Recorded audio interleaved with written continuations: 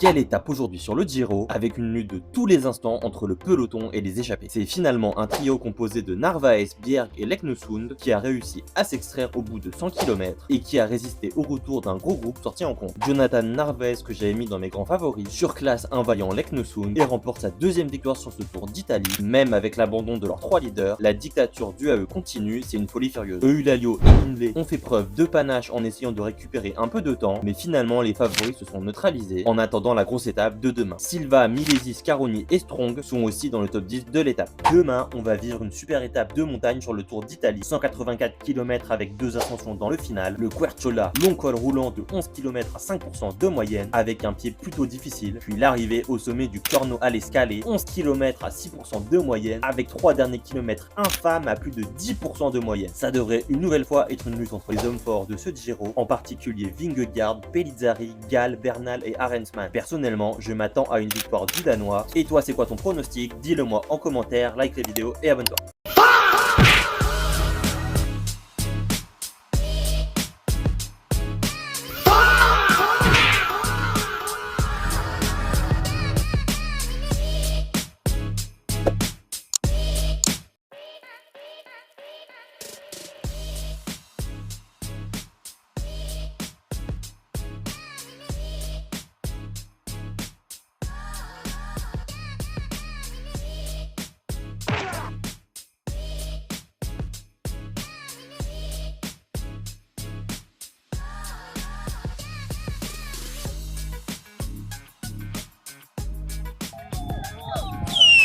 Chicane.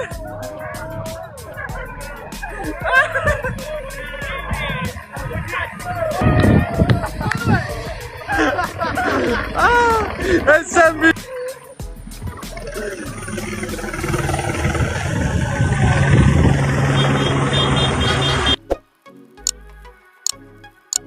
Quel combat magnifique entre les leaders au sommet du blocos. Jonas Vingegaard l'a emporté mais a été challengé par un étincelant Felix Gall. Après un gros travail d'un super Davide Piganzoli et de Sepp Kuss, Jonas Vingegaard attaque à 5,4 km de l'arrivée. Seul Giulio Pellizzari parvient à le suivre. Hindley et Gall ont bien tenté mais ont pété après 100 mètres. Et là, rebondissement. Pellizzari explose comme un popcorn à 4,4 km du sommet. Il aura tenu à peine 1 km et se fait ensuite reprendre et punir par Felix Gall qui l'attaque directement et se rapproche petit à petit de Vingegaard pour échouer à seulement 13 secondes. C'est super pour le suspense, ça va être plus serré que ce que l'on a craint. Pellizzari se fait même reprendre et devancer par son coéquipier Jay Hindley et par un excellent Ben O'Connor qui termine à 1 minute du Danois. C'est la punition pour le jeune Italien qui a volé trop près du soleil et s'est cramé les ailes. La surprise du chef, c'est la 6ème place de Mathis Frombel. L'excellent français termine à seulement 1 minute 30 du vainqueur, 10 secondes devant Ciccone, G, Storer et Arensman. Le maillot rose Eulalia termine à 3 minutes et conserve sa tunique de leader. Bernal, Mas et Arrieta ont eux pris un très gros tir. Quelle magnifique première journée de haute montagne on vient de vivre, ça annonce du très lourd pour la suite.